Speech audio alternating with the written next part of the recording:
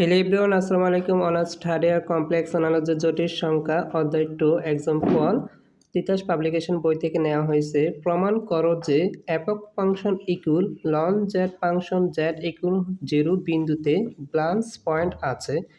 এটি national university 2019 17 4 7 সালে এসেছে। অঙ্কটি অনেক গুরুত্বপূর্ণ। সো এখন আমরা প্রমাণ করব। ধরে z equal x plus i y। z equal x plus i y হচ্ছে একটি জটিল সংখ্যা, xটা হচ্ছে বাস্তব সংখ্যা, i y হচ্ছে একটা কাল্পনিক সংখ্যা। তো এই অঙ্কটি করতে হলে আমাদের x এর মান এবং কি y এর মান লাগবে। তো x এর মান হচ্ছে কি x equal r cos theta, y equal লেখা যায় r sin theta। সো এখন আমরা অঙ্কটি সমাধান করি। Implies that ln z equal ln z, জেডের জায়গাতে আমরা মানটা বসাবো x plus i y. Implies that ln z equal ln এক্সের জায়গাতে এক্সের মান বসাবো, এক্সের মান হচ্ছে r cos theta plus i, y জায়গাতে ওয়াইয়ের মান বসাবো r sine theta. Implies that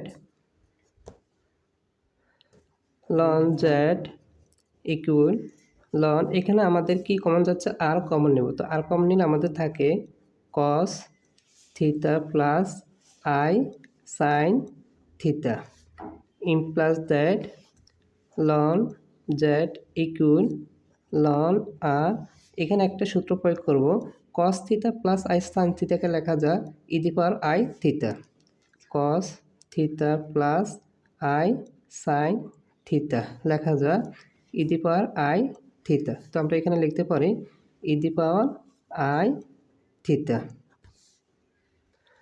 ইমপ্লাস that ln z, এখানে আমাদের গুণ আকার আছে, এটাকে আমরা কি যোগ আকারে নিব, আলাদা করব। Ln r plus ln e the power i theta. Implies that ln z equal ln r plus ln e the power i theta জায়গাতে লেখা যায় i theta.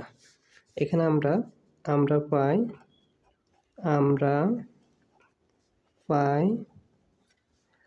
R equal r one আর থিটা ইকুয়াল থিটা ওয়ান, এটা আমরা পাই। এবং Z equal Z one. সুতরাং আমরা এখন বসাবো ln z equal ln r plus ln i theta, মান বসাবো। তো লন জেডের জায়গায় জেড ওয়ান বসাবো, z one equal ln r জায়গায় আর ওয়ান মান বসাবো, r one plus ln i theta জায়গায় আমরা থিটা ওয়ান বসাবো। সো এখানে বলছে যেমন প্রমাণ করো যে এপেক্স ফাংশনটি লন জেড ফাংশনের জেড ইকুয়াল টু হচ্ছে 0 বিন্দুতে ব্রাঞ্চ পয়েন্ট আছে। তো এটা আমরা এখন প্রমাণ দেখাবো। ধনাত্মক দিকে বা ঘড়ির কাঁটার বিপরীত দিকে মূল বিন্দু চারদিকে একটি পূর্ণ সার্কিট তৈরি করার পর Z1 এর দিকে ফেরত আসতে পায়। যখন এটা ধনাত্মক দিকে ঘড়ির কাঁটা বিপরীত দিকে ঘুরবে তখন আমরা এখানে একটি পূর্ণ সার্কিট পাবো।